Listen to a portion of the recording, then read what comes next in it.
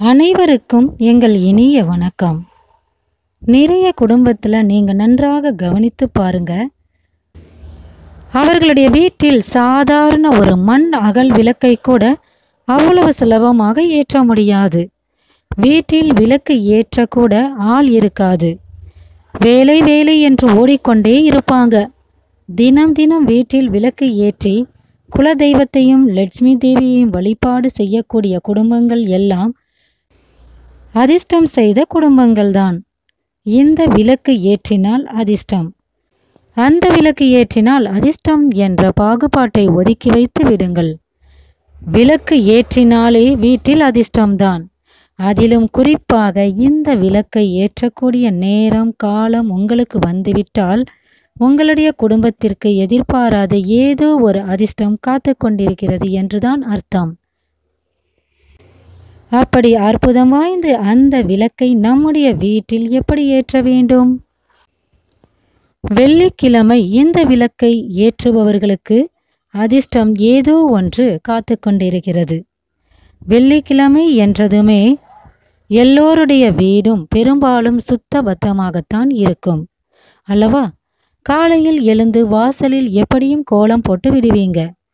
வீட்டில் இருக்கும் பெண்கள் காலையில் தலைக்கு குளித்து விடுவீங்க. கொஞ்சம் முன்பாக இந்த வேலைகளை எல்லாம் செய்ய வேண்டும். அதாவது காலை 6 மணிக்கு முன்பே குளித்துவிட்டு வந்து விடுங்க. நிலைவாசல் படிக்கு மேலே மகாலட்சுமியின் பாதங்களை போட வேண்டும். கிருஷ்ணருடைய பாதம் போடுவோம் அல்லவா? அதே போலத்தான் 2 பாதங்களை நிலைவாசல் படி மேல் போட்டுவிட்டு அதற்கு மஞ்சள் குங்குமம் பொட்டு வைத்து பூ வைத்து விடுங்க.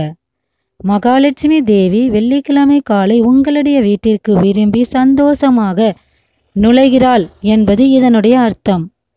கோலம் போடக்கூடிய பச்சரிசி மாவிலேயே இந்த பாதங்களை வரையலாம்.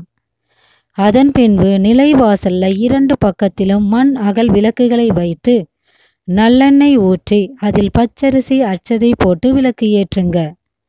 பச்சரிசி அட்சதைக்கு லட்சுமி கடாட்சத்தை கொடுக்கக்கூடிய அபரிவிதமான சக்தி உள்ளது.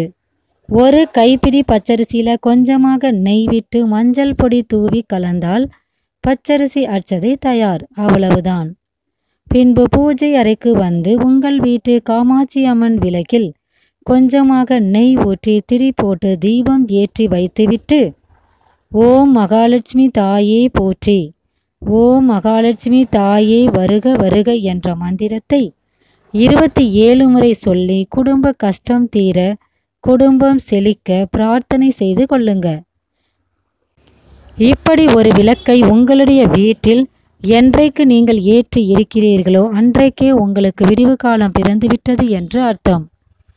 ஒவ்வொரு வெள்ளிக்கிழமையும் ஒவ்வொரு செவ்வாய்க்கிழமையும் இந்த வழிபாட்டை நீங்கள் மேற்கொண்டால் வீட்டில் நிச்சயமாக பண கஷ்டமோ மன கஷ்டமோ வராது.